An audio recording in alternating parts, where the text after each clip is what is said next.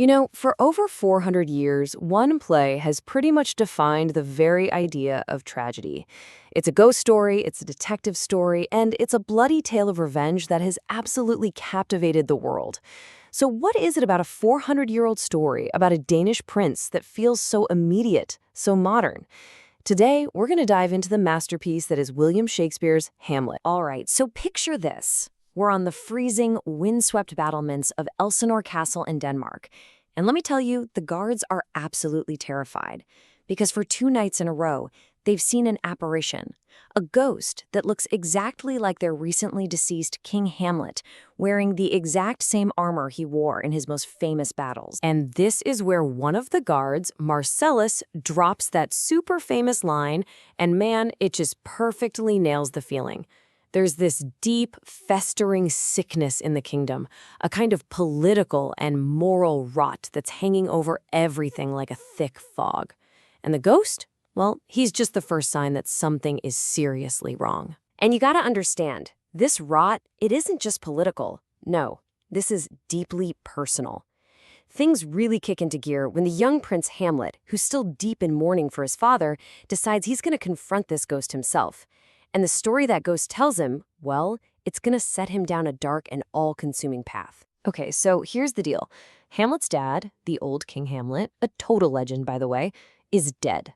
But it feels like before anyone's even had a chance to properly grieve, Hamlet's uncle, Claudius, has not only grabbed the throne, but has also married Hamlet's own mother, Queen Gertrude. The whole thing happens so fast, well, it's more than a little suspicious, right? So when Hamlet finally comes face to face with this ghost, it tells him a story that completely flips the script. See, the official story was, oh, he got bit by a snake in the garden. But the ghost lays out the chilling, horrible truth. He was murdered in his sleep.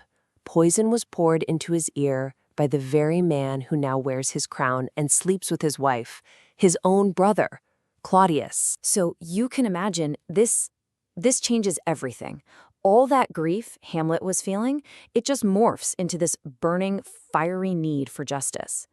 He suddenly has this terrible secret mission, and it's about to become his one and only obsession. This is the ghost's direct order to him. This line right here is basically the engine that drives the entire play forward. Hamlet is now bound by duty, by love, to avenge his father. But think about it. How on earth is a prince supposed to prove that a sitting king is a murderer? Hamlet's answer is to stage a performance, a really dangerous one. He decides he's going to put on what he calls an antic disposition. Basically, he's going to pretend to be completely, utterly insane. The logic here is that if the court just writes him off as a lunatic, he can basically float around them like a ghost himself, watching the king, searching for proof without anyone ever guessing his real mission. And you know what? His act is really convincing. Pretty much everyone, even the woman he loves, Ophelia, they all buy it. They think he's lost his mind. But the king's top advisor, this guy Polonius, he notices something's a little off. He feels like behind all the crazy talk and bizarre behavior, there's some kind of logic, a method to the madness. But carrying this weight, this mission, it really starts to take a toll on him. And this brings us to probably the most famous moment in all of literature, where Hamlet's fake madness starts to feel an awful lot like real despair.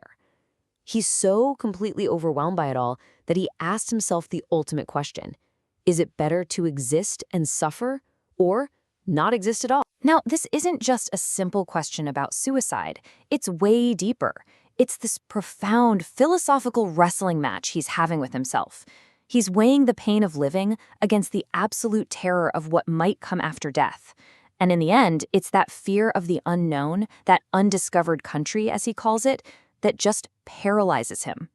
And that right there, that's the heart of his famous inaction. Okay, so after all that heavy soul-searching, Hamlet finally decides to stop thinking and start doing.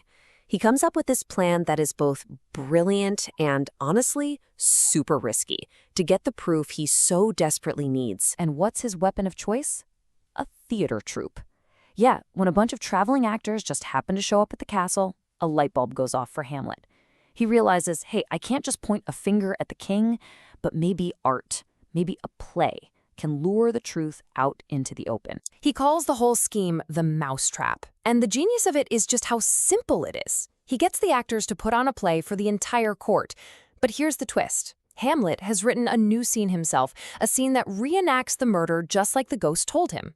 The stage is basically his little experiment, and Claudius's reaction? That's the only data he needs. And oh boy, does it work. The second the actor on stage mimics the murder, pouring poison into the ear of the player king, Claudius just loses it. He leaps to his feet, starts screaming for light, and storms out of the hall. Bam. In that one moment, his guilt is on full display for Hamlet to see. The mousetrap just snaps shut. But this huge win for Hamlet is also what sends the whole story spiraling into tragedy. So right after the play, Hamlet goes to confront his mother, Gertrude. He hears a noise behind a tapestry, and thinking it's Claudius spying on them, he just whips out his sword and stabs right through it. But it's not the king. It's that nosy advisor, Polonius. And that mistake, that is the absolute point of no return. Killing Polonius, even by accident, is like knocking over the first domino. It sets off this horrific chain reaction of death and disaster that's going to take down the entire Danish court. And the fallout is just immediate and catastrophic. First, the murder sends Polonius's daughter, Ophelia, into this heartbreaking spiral of madness, and she ends up drowning. That, in turn, brings her brother Laertes storming back from France, breathing fire and wanting revenge for his father and his sister. And of course, Claudius, who is a master manipulator, sees his chance. He points all of Laertes' rage right at Hamlet. Okay, the final scene, it's just a masterclass in complete and total devastation.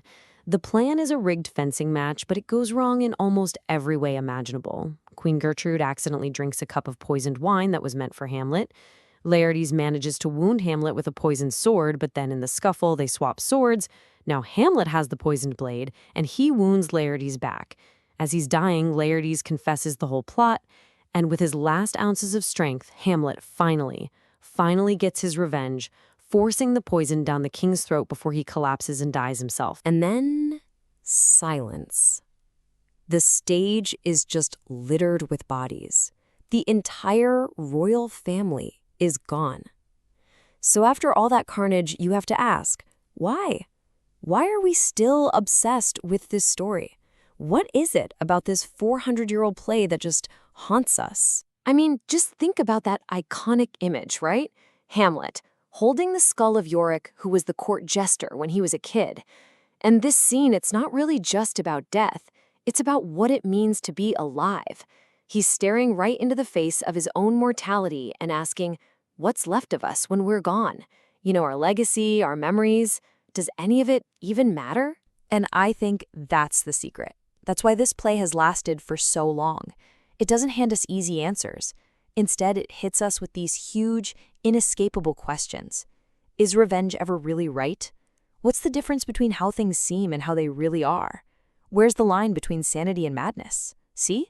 These are our questions, not just some Danish princes from 400 years ago. So in the end, after all the ghosts and plots and death, we're just left with him, Hamlet. So who is he? A noble hero? A cold-blooded killer? A brilliant mind just trapped by his own thoughts? There's no easy answer. There's no one label that fits.